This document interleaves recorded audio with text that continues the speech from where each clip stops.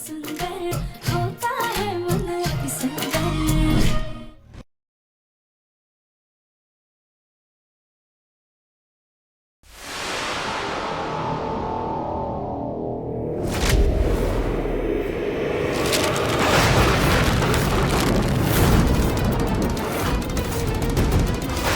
इस पैकेट के बारे में तो हम भूल ही गए थे।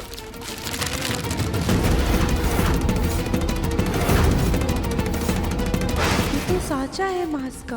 रागिनी जी ये पैकेट लेकर आई है।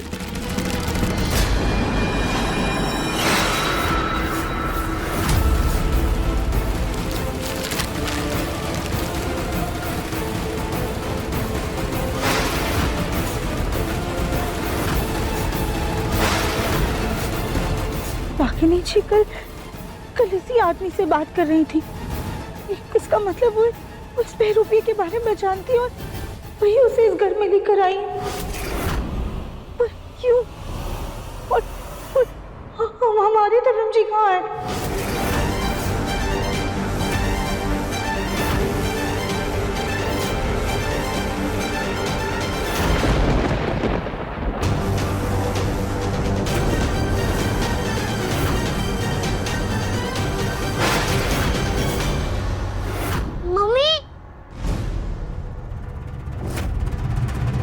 मम्मी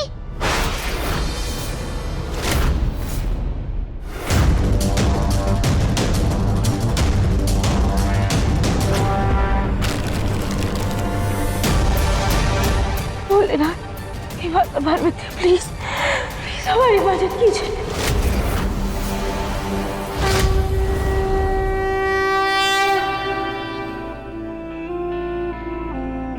हे कान्हू जी, हे भोलेनाथ जी, मुझे मेरी मम्मी चाहिए। अगर वो किसी प्रॉब्लम में है तो उनकी हेल्प कीजिए और उन्हें मेरे पास भेज दीजिए।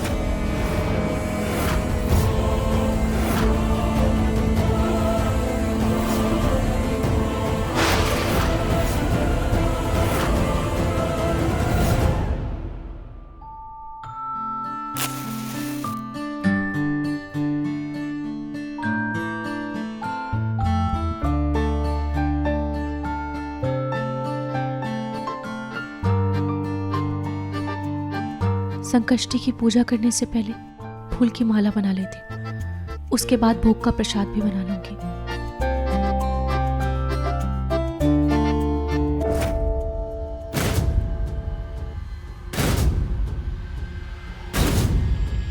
नाहर जी,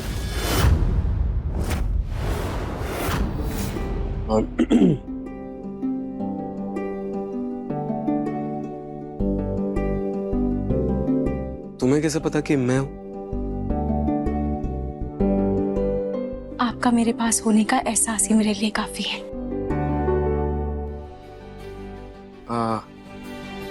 रोहित, तुम्हारा फोन टूट गया था ना, ये लो तुम्हारे लिए नया फोन।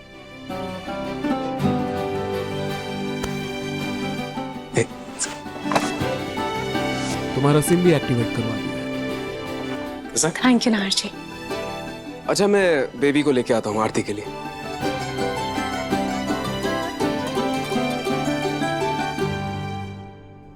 मुझे मेरी मम्मी चाहिए। अगर वो किसी प्रॉब्लम में है तो उनकी हेल्प कीजिए।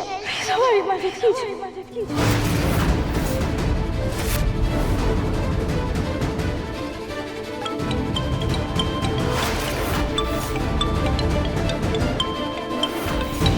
हेलो रोही, यहाँ तो इतना नेटवर्क भी नहीं है कि नॉर्मल कॉल आ सके। तुम्हारा वीडियो कॉल कैसे आया हमें? जब माँ किसी की मदद करती है तो कोई भी मुसीबत नहीं रहती। और मैंने अपने फोन में तुम्हारे बहुत सारे मिस्ड कॉल्स भी देखे थे। बताओ क्या हुआ? याद कर रही थी ना मुझे? हमें तुम्हारी मदद चाहिए। दरअसल हम दफिम जी के कमरे की अलमारी में फंस गए। हमारे पति दफिम जी अभी किसी मुसीबत में है और इस वक्त हमारा यहाँ से निकलना बहुत ज्यादा जरूरी है। जब बात किसी के सुहाग की हो तो कोई भी हद, कोई भी मर्यादा मायने नहीं रखती। घबराओ मत, मैं कुछ करती हूँ। भोलेनाथ, मुझे पता है आप अपने ध्यान में विलीन हैं, पर एक भक्त जब आपको पुकार रहा हो तो आपका मन उसकी पुकार से अनजान कैसे रह सकता है? आपकी राधिका आपको पुकार रही है, उसकी आवाज अंधेरों को चीर कर आप तक पहुंच रही है। अपने वचन को याद कीजिए प्रभु। जो भक्त आपको अपनी आत्मा से पुकारे, उसकी रक्षा का दायित्व आपका है। और अगर उसकी नहीं तो कम से कम अपनी शक्ति की गुहार सुनिए प्रभु। मैं आपसे विनती करती हूँ, राधिका की रक्षा कीजिए। ओम नमः शिवाय।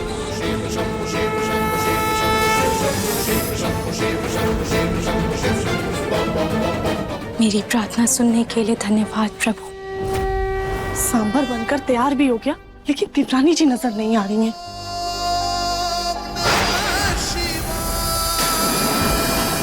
सांप! ये तो ऊपर कहाँ जा रहा है? सांप!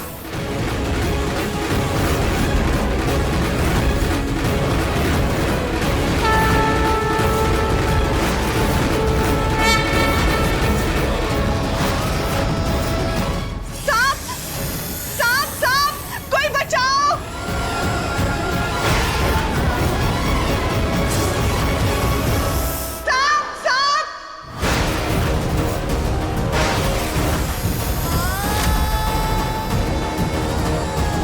कहाँ है सब? जल्दी आओ! कहाँ है साहब?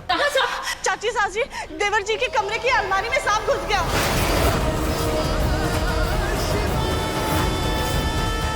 क्या? तब तो अलमारी खोल करके सांप को बाहर निकालना होगा।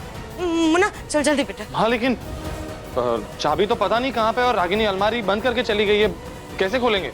ना, रागनी हमेशा अलमारी की चाबी अपने तकिए के नीचे रखती है, वहीं पर रखी होगी। चल जल्दी से चल। हाँ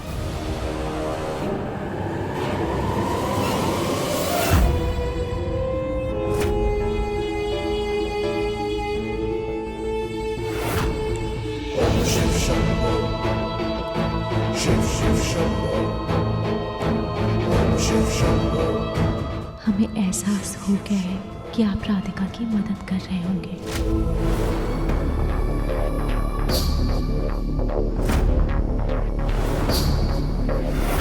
हमें अलमारी से तो निकलना है, पर हम सबके सामने नहीं आ सकते।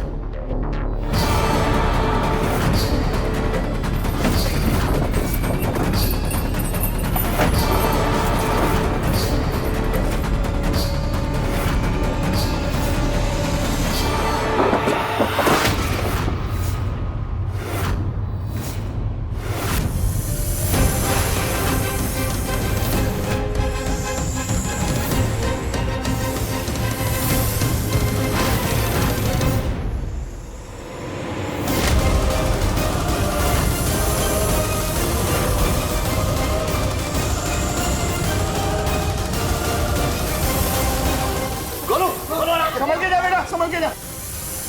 गोलू जी आराम से। हाँ एक मिनट, सांप खिड़की के बाहर जा चुका है। हाँ तो गोलू एक काम करना बेटा, जल्दी से कमरे की सारी खिड़कियां बंद कर दे और हॉल की भी सारी खिड़कियां बंद कर दो। कहीं ऐसा ना हो कि सांप वापस घर के अंदर आ जाए। आओ बाहर आओ, जल्दी बाहर आओ। संभाल के गोलू। गोलू जी आराम से।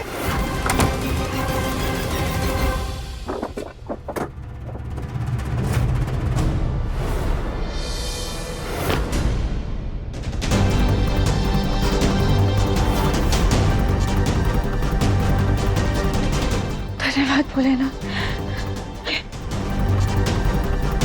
लेकिन हमें अभी भी समझ नहीं आ रहा है कि बिना नेटवर्क की रूही का फोन कैसे आया हमारे पास।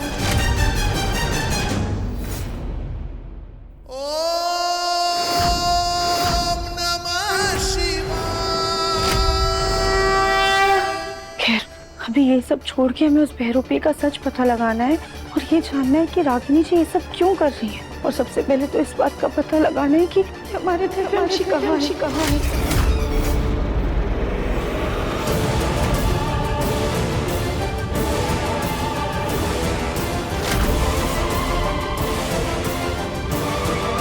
पहेली को सुलझाने में शायद एक ही इंसान हमारी मदद कर सकता है।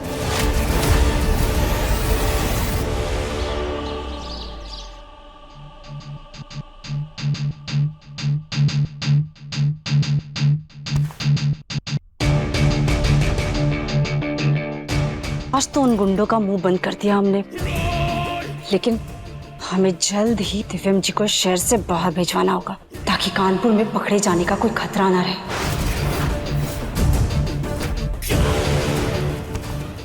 एक तो इस आदमी का एक भी गुण दिव्यम जी से नहीं मिलता। पूरा कमरा फैला रखा है। आउच!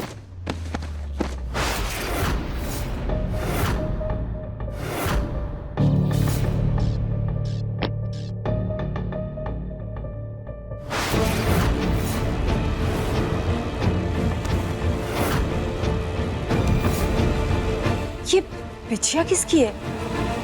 कहीं देखी देखी सी लग रही है।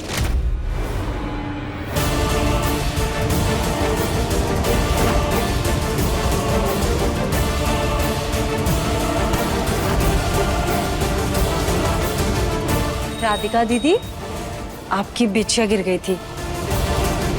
नहीं,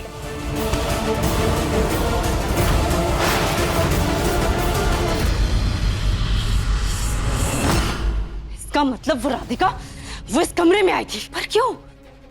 उसे ऐसी क्या जासूसी करनी थी हमारे कमरे में? हाँ, कहीं उस राधिका को उस आदमी पे शक तो नहीं हो गया?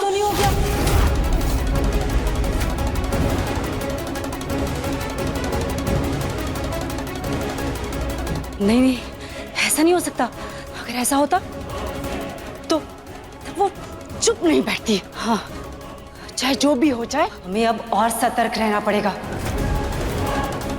अब ये नकली दिव्यम कहाँ चला गया? कहीं वो मास्क फिर से ना उतार दे।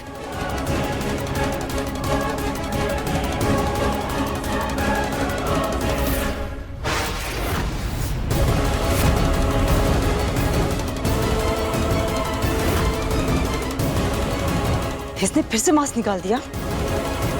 और ये मास्क निकाल कर गया कहाँ? इसका तो कुछ परमानेंट इलाज करना पड़ेगा।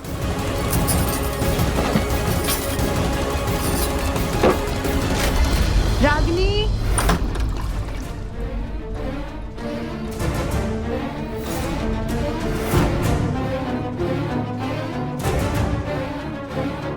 एक तो पता नहीं इस मास्क से कब छुटकारा मिलेगा हमको।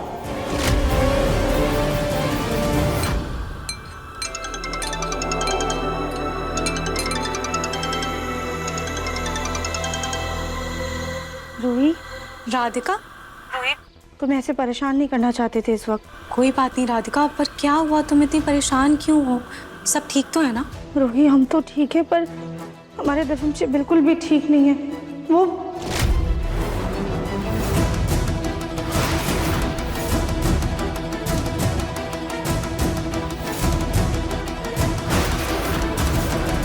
रूही, हमें कुछ भी समझ में नहीं आ रहा है कि हम कैसे उस नकली दिव्यम का पर्दाफाश करें। अपने दिव्यम जी को कैसे ढूंढें? उस नकली दिव्यम से बात करें क्या? राधिका, बातों से अगर लोगों के छल सामने आते तो ये पूरी दुनिया शीशे की तरह साफ होती। पर ये वो कलयुग है जहाँ धर्मराज को भी अपने सच का प्रमाण देना पड़ता है।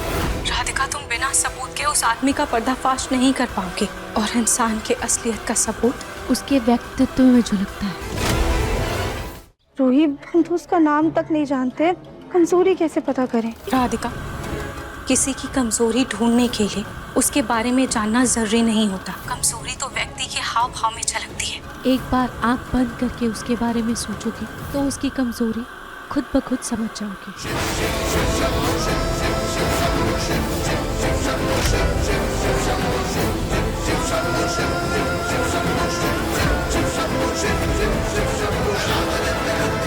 असली हीरो तो मैं। रूही, शायद हम उसकी कमजोरी जानते हैं, लेकिन पक्के तरीके से नहीं कह सकते। अंधेरा मिटाने के लिए तो एक किरण ही काफी होती है राधिका। इसी एक किरण के साथ तुम आगे बढ़ो।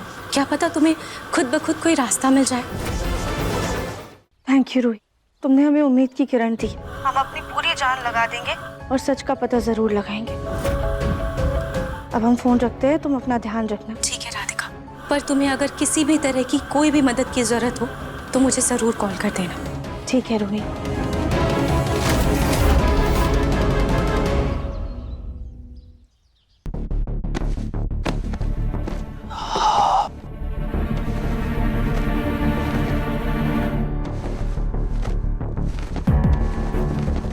क्या कर रही हो? सॉरी दिव्यम जी, वो हमारा ध्यान नहीं गया।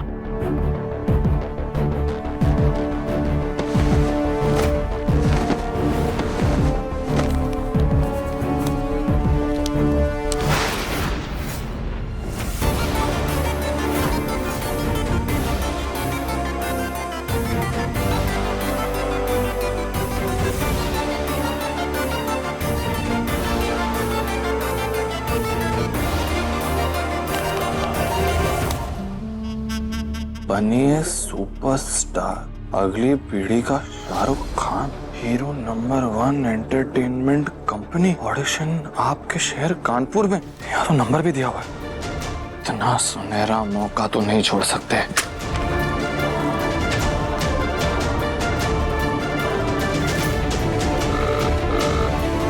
Welcome to Hero number 1 entertainment company. अब मैंने आपका एड देखा, पढ़ा न्यूज़पेपर में। आप मुझे बता सकते हैं कि आप किसके लिए ये ऑडिशन कर रहे हैं और कहाँ पे कर रहे हैं?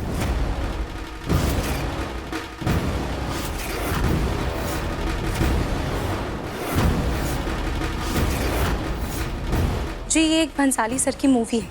ये एक बहुत बड़ी फिल्म है जिसके लिए हमें नए एक्टर्स चाहिए, इसीलिए हम पूरे देश भर में ऑडिशंस कर रहे हैं। क्या आप भी एक्टर बनना चाहते हैं? अरे ऐसी बातें कर रहे हैं आप मैडम, मैं तो बचपन से एक्टर हूँ। कहना नहीं चाहिए लेकिन मैं तो पैदा ही हुआ हूँ एक्टिंग करने के लिए। मेरा तो नाम भी हीरो वाला है, दिलीप खन्ना। ठीक है सर, तो आप अपनी लेफ्ट प्रोफाइल, राइट प्रोफाइल की एक फोटो शेयर कर दीजिए। और सर, ऑडिशन का टाइम बहुत ही कम है, तो प्लीज थोड़ा जल्दी कीजिएगा। मैं अभी भेजता हूँ आपको, अभी फोन रखते। हाँ, thank you madam. Dilip Khanna theatre में आएगा।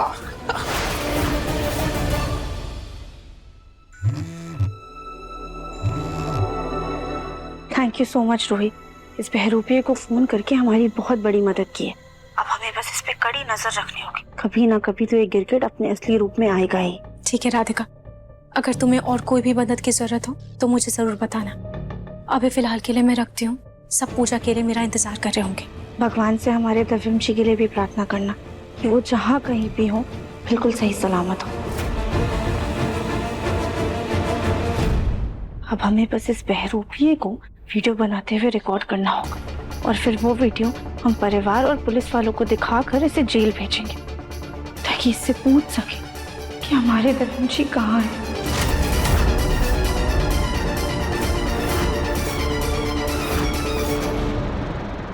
खतरनाक एक्टिंग करेंगे कि सीधा हीरो बनाएंगे हमको। हीरो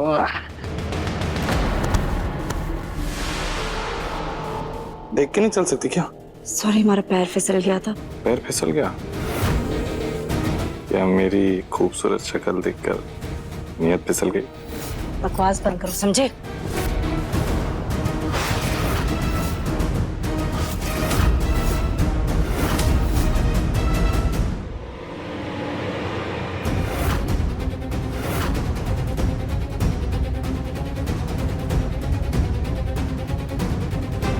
इन्होंने तो दरवाजा अंदर से बंद कर दिया। एक काम करते हैं, खिड़की से देखते हैं।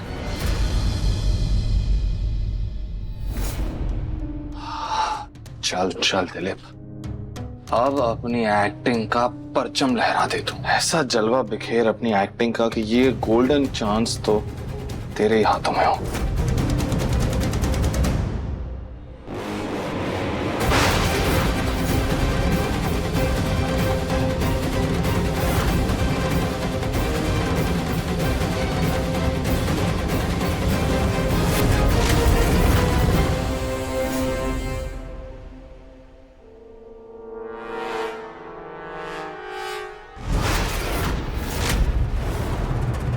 पहला वाला ग्लू इतना मजबूत नहीं था। ये काम करती हूँ, इस बार परमानेंट ग्लू लगा देती हूँ।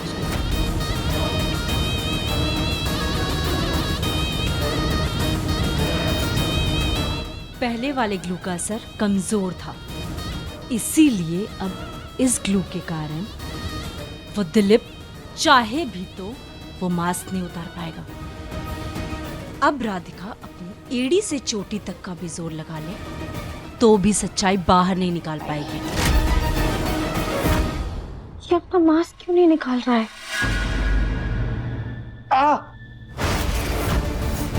ऐसा क्यों लग रहा है कि ये मास्क निकलेगा तो अपने साथ साथ मेरी खाल भी निकाल देगा ये।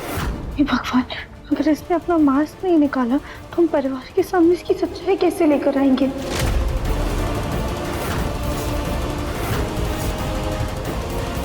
इसने तो अपना मास्क निकाला ही नहीं, हमारा सारा प्लान फेल हो गया। जरूर जरूर उस रागिनी ने कुछ तो किया होगा।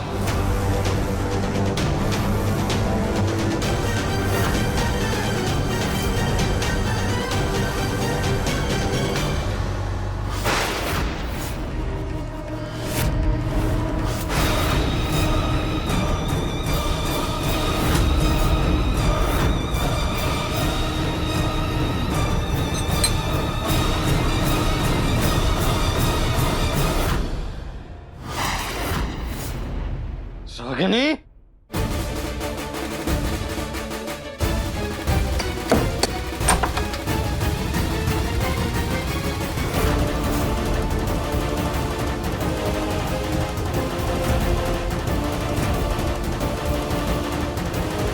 भगवान, यहाँ कैसे फंस गए हम? कैसे निकले?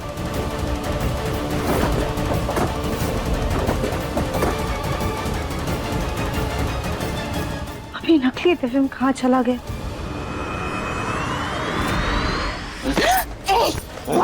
बता बता मुझे, पागल औरत, क्या किया तूने मेरे मास्क के साथ? हाँ? वही जो हमें बहुत पहले कर लेना चाहिए। इस मास्क के साथ अब हम और रिस्क नहीं उठा सकते, समझे तुम? इसीलिए हमने इसमें परमानेंट ग्लू लगा दिया है,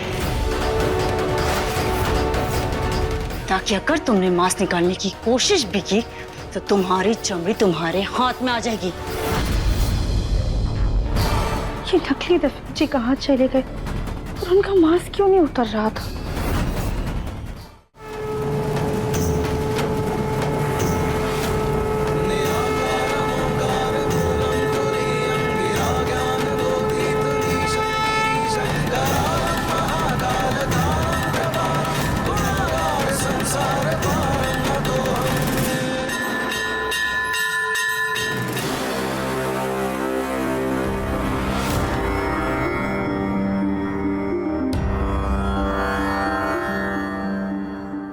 मुझे यकीन था कि मेरी बेटी अपने बच्चे को, अपने परिवार को छोड़कर कहीं नहीं जाएगी।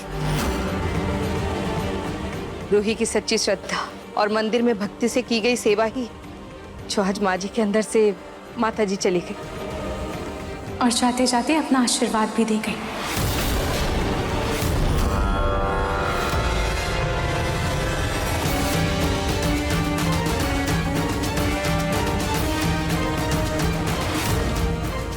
माता रानी ने मुझे मेरे सपने में आकर दर्शन दिया था और ये कहा था कि उनका आशीर्वाद इन फूल की मालाओं में है।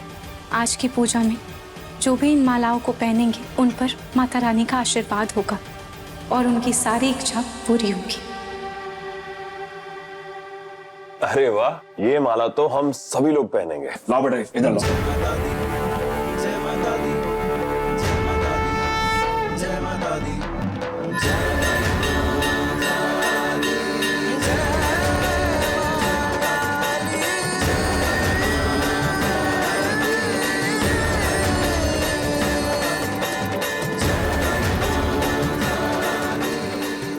लीजिए ना दादी।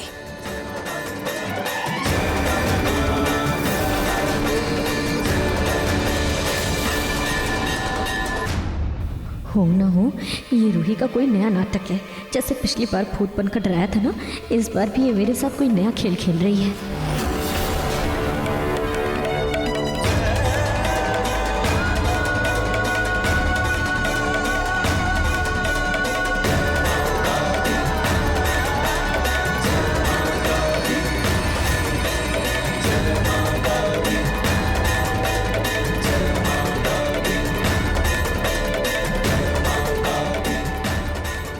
आरती शुरू करते हैं।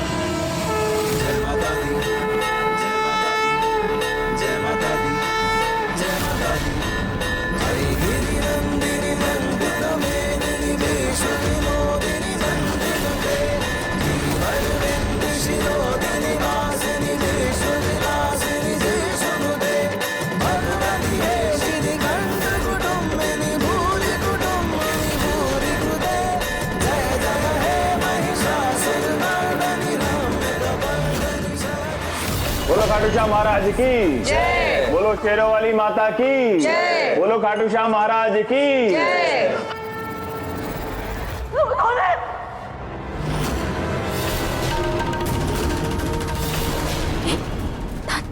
माँ बचाओ।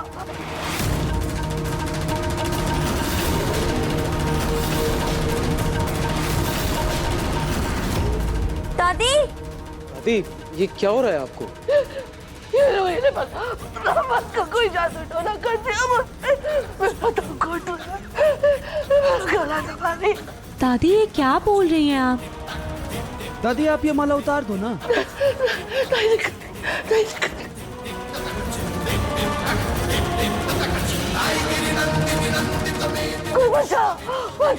छोटी माँ आजा लल्ला।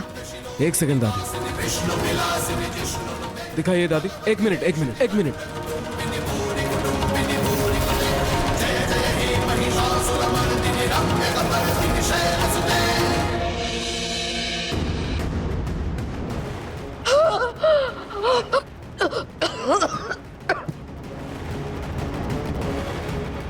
ये देखिए ना, इतनी आसानी से निकल गई। फिर से झूठा नाटक करके आप रूही के पीछे पड़ गई ना। मैं नाटक नहीं कर रही हूँ, सच में ये वाला मेरा गला दबा रही। दादी आपको माला नहीं पहनी तो ना सही, लेकिन रूही पर इतना घटिया इल्जाम तो मत लगाइए। पिछली बार भी इल्जाम लगाया था, घर छोड़कर चली गई थी, भी फिर से ये इल्जाम। रहने दीजिए नाहर जी, शायद अभी अभी दादी के शरीर से माता रानी गई है ना, इसीलिए उनको थोड़ा भारीपन सा लग रहा होगा। वो अपने आप ही ठीक हो जाएंगी। लगता है दादी रूही को देखकर बौखला गई है। आंटी आंटी मैं लेके जाती हूँ दादी को कमरे में। हाँ चले दादी।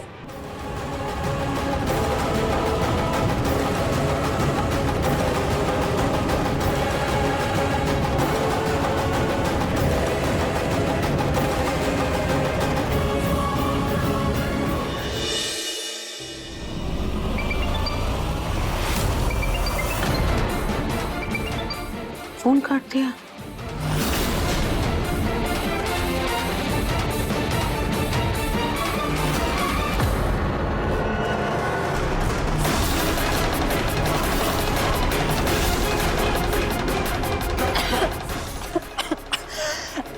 क्या हुआ तुझे? ठसका लगा? पानी दूं? ये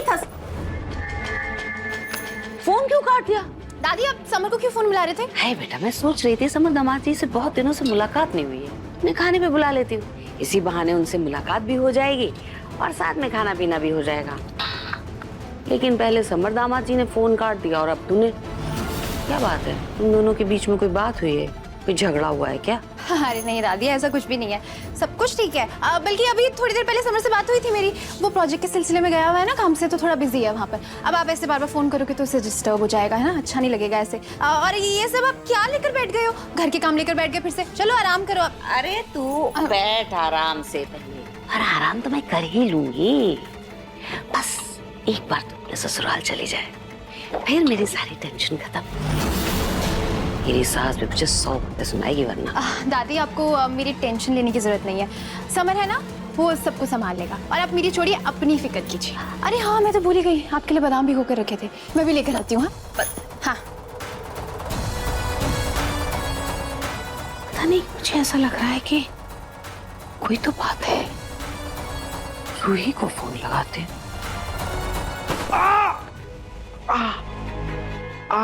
प्रतीक के पापा, प्रतीक के पापा कैसे गए भगवान? ये गिर कैसे गए आप? अरे हे भगवान, ए लाडे सा, जूही जल्दी आओ। हे भगवान, गिर गए। आराम से उठाओ। हाय भगवान, लगी है, बड़ी तेज लग रहा है। चलो उठा दो सोफे पे। हाय भगवान, हाय को आपको ज्यादा चोट लगी ना? गिरे कैसे आप प्रतीक के पापा? लेकिन पता नहीं ऐसा क्यों लग रहा है, जैसे कोई तो बात है। रूही को फोन लगाते हैं।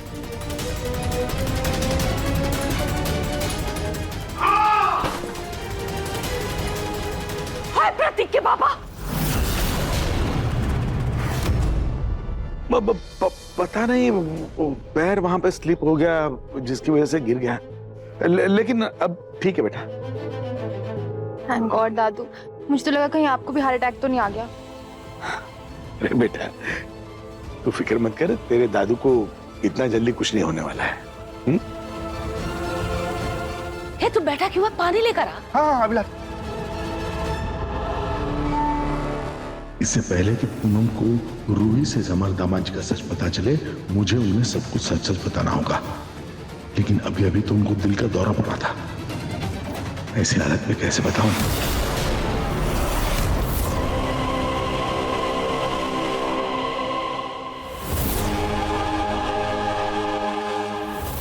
दादी क्या हो गया आपको? नीचे कैसे बैठी बैठी बातें कर रही थी आप? अग्नि, वो रूही नहीं है, वो रूही नहीं है, रूही का भूत है। भूत का साया, भूत की परछाई मुझ पर गिर पड़ी, भूत की परछाई मुझ पर पड़ी। मेरा क्या होगा? मैं क्या करूं? मैं क्या करूं? क्या होगा? गंगा जल छिड़क लेती हूँ मैं अपने ऊपर। गंगा जल छिड़क लेती हूँ मैं अपने ऊपर। गंगा जल छिड़क लेती हूँ। भूत पे सोच मेरे से बनावे। दादी आप ये क्या कर रही हैं? दादी नहीं, तुमने तो पूरा काट किया है, तुम्हें तो गंगा जल से नहाने की सख्त जरूरत है। लो। अरे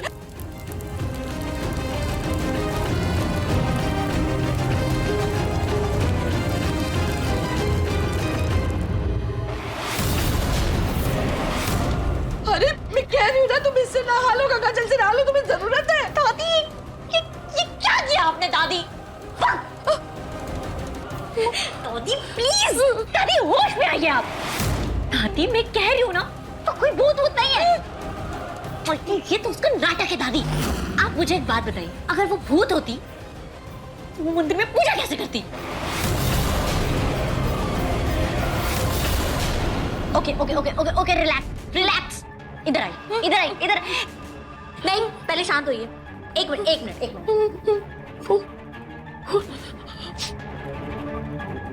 ये लीजिए आप पानी पीजिए। दादी आप मेरी बात ध्यान से सुनिए। डर के मारे ना सारा सच मत उगल देना। आपको याद है ना दादी, कैसे रूही ने मुझे लास्ट टाइम डराकर तो सारा सच उगलवा लिया था? याद है ना? क्या होता है भूत? कुछ नहीं होता है। पानी पियो।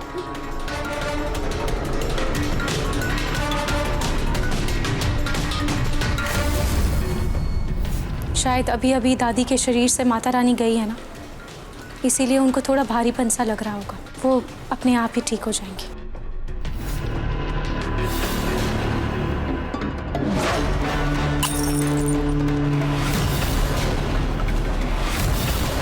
अगर वो भूत नहीं है तो उसने घर वालों को हमारी सच्चाई क्यों नहीं बताई? और वो दीवार तोड़ के बाहर कैसे आ गई? और उसके शरीर पर कहीं कोई खरोच भी नहीं है। मुझे ये सब नहीं पता दादी। हो सकता है दादी की दीवार बहुत कच्ची हो, वो तोड़कर निकल आई हो, और ये भी हो सकता है दादी कि हमें जितना लग रहा था कि उसकी चोट गहरी है, उतनी गहरी है ही नहीं एक्चुअली में उसकी चोट। हाँ, एक और पॉसिबिलिटी है दादी कि ये भी तो हो सकता है ना कि उसके सिर पे चोट लगने की वजह से उसके याददाश्त का कुछ हिस्सा वो भूल गई हो। अग्नि मैं कह रही हूँ ना तुमसे, मेरी बात मानो। रूही भूत है, वो रूही नहीं, उसका भूत है। भूत है उसका। दादी भूत क्या होता है दादी? ये बढ़िया तो सटिया गई है, लेकिन इससे पहले ये कोई गड़बड़ करे, मुझे रूही का कुछ करना होगा। कुछ कहा तुमने अग्नि?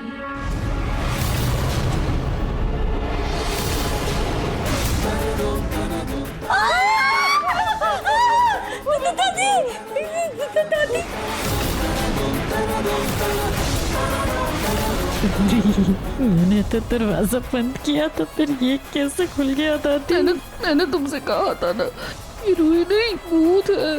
भूतों को आने जाने के लिए दरवाजे खिड़की की जरूरत नहीं पड़ती। आप लोग तो ऐसे डर रहे हैं जैसे आप लोगों ने कोई भूत देख लिया हो।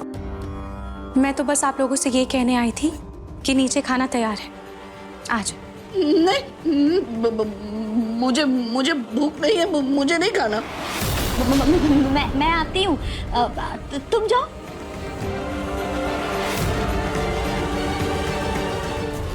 दादी, मैंने कहा था ना तुमसे, वो रूही नहीं, रूही का भूत है। तुमने दरवाजा अच्छे से बंद किया था ना, देखो वो फिर भी अंदर आ गई। ये हो सकता है ना दादी कि मैंने दरवाजा शायद ठीक से बंद न किया हो। हाँ यही होगा। दादी प्लीज अब ये सब सोचना बंद करो दादी, है ना? और दादी नीचे खाना खाने आ जाओ चुपचाप। मैं जा रही हूँ खाना खाने, है ना? ये क्या किया आपने? दादी अब मुझे कपड़े बदलने पड़ेंगे, मैं जा रही हूँ, कपड़े बदल के आती हूँ। दादी नीचे आ। दादी you're too much। दादी प्लीज दादी क्या कर रहे हो यार आप? पागल हो क्या तुम? अच्छी तरह से जानती हो कि मैं हीरो बनना चाहता हूँ, क्यों किया तुमने ऐसा? भूलो मत, जितने पैसे हम तुम्हें दे रहे हैं ना, उतना तुम 10 साल एक्टिंग करके भी नहीं कमा पाओगे, समझे? अरे पागल लड़की, मुझे एक ऑडिशन बनाना था। भाग जाए तुम्हारी ऑडिशन, समझे?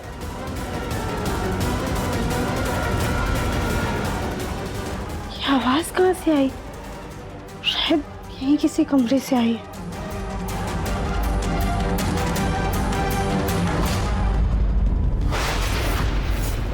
अब इस मास्क को उतारने की सोचना भी मत, क्योंकि वो राधिका तुम्हारा पोल खोलने की फिराक में है। क्या?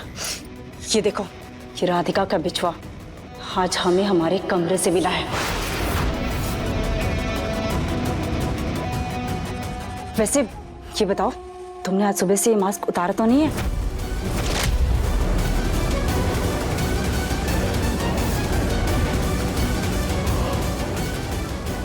पागल हो गया तुम? मैं कहा था ना मैंने कि मैं बहुत शातिर हूं, मैंने कोई मास्क वास्क नहीं उतारा। अच्छा है, क्योंकि राधिका से हम दोनों को बहुत खतरा है अभी। लेकिन अब ये मास्क का क्या करना है? कब तक पहन के रखना पड़ेगा इसे मुझे? मेरी शक्ल खराब हो रही है। तब तक पहनना होगा जब तक जिस काम के लिए हम तुम्हें यहाँ लेकर आए हैं वो पूरा ना हो जाए, समझे? हाँ ठीक है, इसे दूर रखो।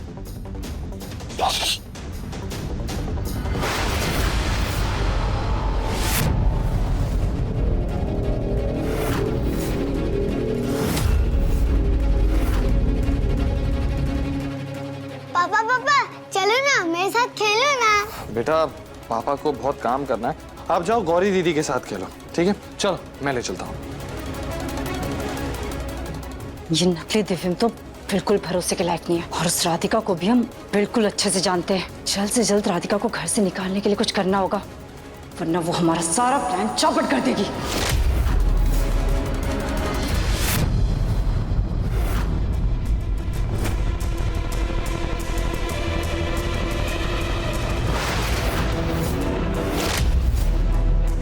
जी ये क्या है? हम जब भी तुम्हें देखते हैं ना घर में राधिका, तुम हर वक्त बस मटक मटक के चलती रहती हो। इसलिए चुपचाप इस गठरी के सारे कपड़े इस्त्री करो।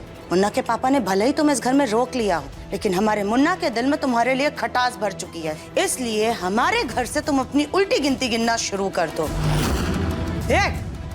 गठरी सर पर, गठरी सर पे रहनी चाहिए, और ऐसे ही जाओ यहाँ से।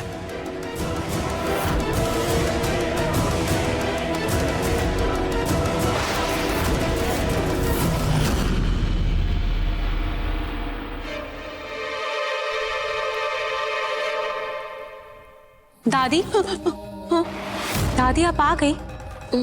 मैं आपके कमरे में ये खाना लेकर जा रही थी। बाकी सब लोग कहाँ हैं? दादी बाकी लोगों ने खाना खा लिया है, बस आप ही बची हैं। ये लीजिए। नमस्तस्यै नमो नमः, नमस्तस्यै नमो नमः।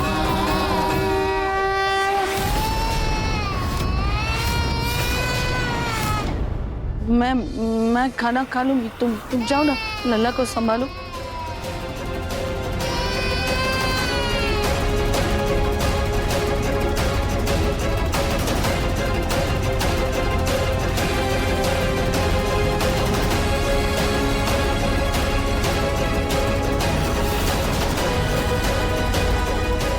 सीमेंट, ईंट, कंकड़, बालू, ये खाना दिया मुझे।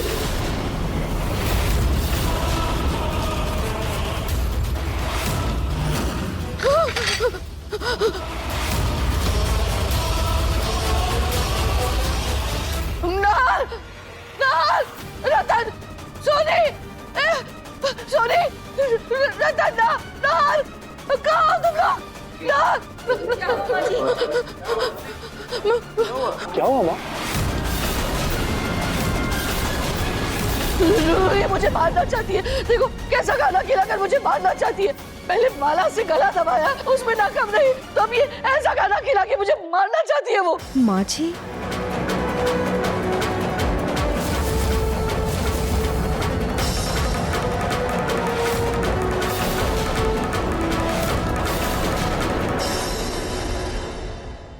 दादी, रूही ने जो ये खाना दिया है आपको इस खाने की आदत डालनी पड़ेगी।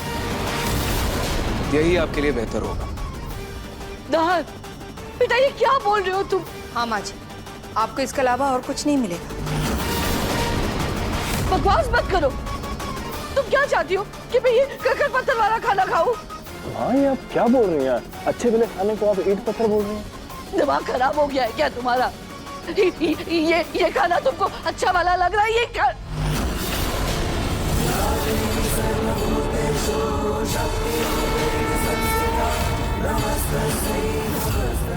दादी, क्या प्रॉब्लम है इस खाने में? दादी, इस उम्र में ये सादा खाना ही आपकी हेल्थ के लिए अच्छा है। इस उम्र में तला हुआ भुना हुआ खाएंगे तो सही नहीं है आपकी हेल्थ के लिए। नहीं नहीं, ये सही नहीं है। ये नहीं हो सकता। ये नहीं हो सकता। ये रूही मेरे साथ चालाकी कर रही है। मुझे गलत साबित करने के लिए उसने खाने का प्लेट बदल दिया। क्या बोल रही हैं दादी? रूही कहाँ है? रूही यहाँ है भी नहीं। फिर से आप उस पर इल्जाम लगाने लगे। रूही ऊपर है, लल्ला को सुला रही है, मैंने खुद देखा। माँ जी, मुझे लगता है आपकी तबीयत अभी भी ठीक नहीं है। माँ जी, ऐसा पौष्टिक खाना है, आप खाइए, आपको अच्छा लगेगा। नहीं, मुझे रूही के हाथ का कुछ नहीं खाना। नहीं खाऊंगी, नहीं खाना। अच्छा अच्छा ठीक है माँ जी, मैं आपके लिए अलग से खाना बना देती हूँ। हाँ, अलग से। आंटी, तब तक मैं दादी को बाहर लेके जाती हूँ, ताज़ी हवा में इनको अच्छा लगेगा शायद। चलिए दादा। दादी चलिए।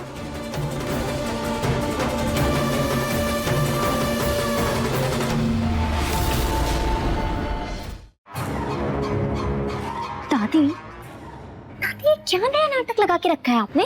आपको पता है, रूही से ज्यादा ना आपकी हरकतें देख कर लग रहा है जैसे आपके अंदर भूत है।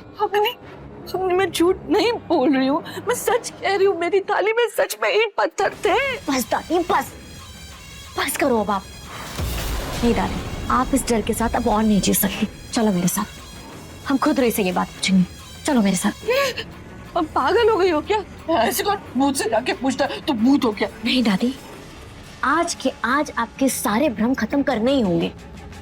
चलो दादी, आज हम उस रूही से जवाब लेकर रहेंगे। नहीं, आप चलिए।